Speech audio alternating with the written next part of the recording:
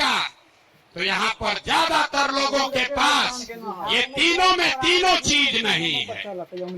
यहाँ रहने वाले जितने गरीब लोग हैं उनके बच्चों के पास पढ़ने का कोई सुविधा ही नहीं है। गरीब का बच्चा जा रहा है पढ़ने, वहाँ पढ़ता नहीं है, खिचड़ी खाया और घरे चला आया। कॉलेज में खिचड़ी नहीं बट रहा है, लेकिन वहाँ से डिग्री बट रही है।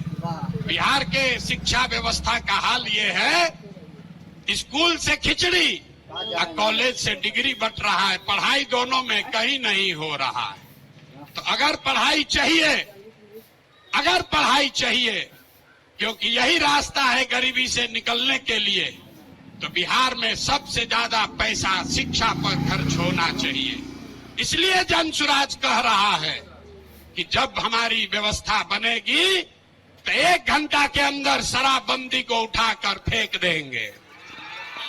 1 घंटा के अंदर शराबबंदी को उठाकर फेंक देंगे। अब लड़का को बुझाया नहीं कि भैया शराबबंदी और पढ़ाई का क्या लेना देना है। हम बताते हैं क्या लेना देना है। अगर बिहार में विश्व स्तरीय देश का सबसे अच्छा शिक्षा व्यवस्था बनाना है तो 5 लाख करोड़ रुपया चाहिए। 5 लाख करोड़ रुपया चाहिए अगले 10 वर्ष में, तो देश का सबसे अच्छा शिक्षा व्यवस्था बिहार में बना दिया जाएगा। और ये 5 लाख करोड़ रुपया आएगा कैसे? ताली मत बजाइए, समझिए।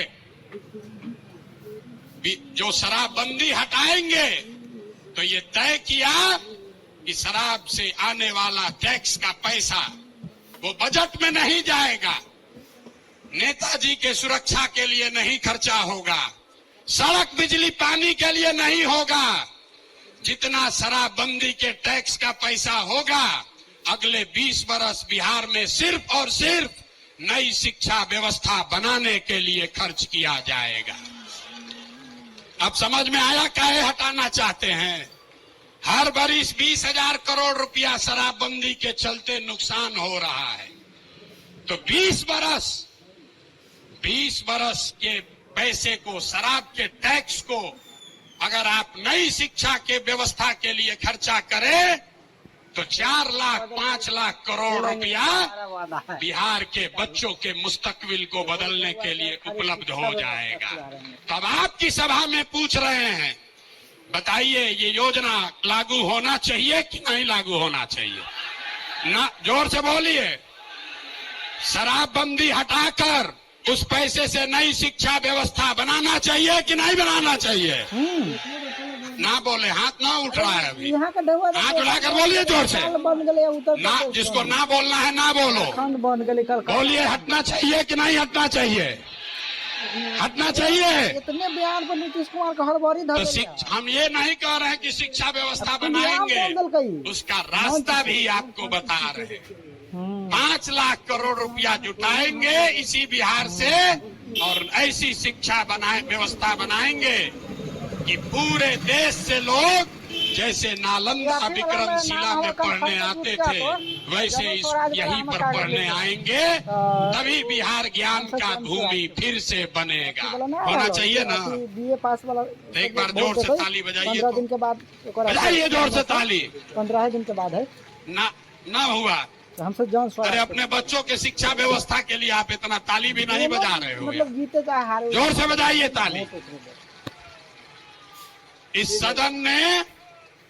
सदन ने इसको अप्रूव कर दिया ना, शराबबंदी जाएगा, नई शिक्षा व्यवस्था आएगी।